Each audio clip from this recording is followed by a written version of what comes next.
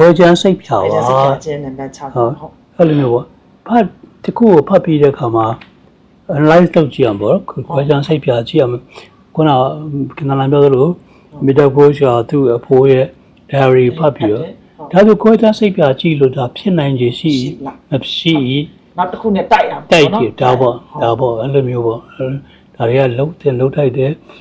စာရေးခြင်းတဲ့လူတယောက်လည်းဒါလုံးတင်လုံးထိုက်တဲ့ကိစ္စတွေ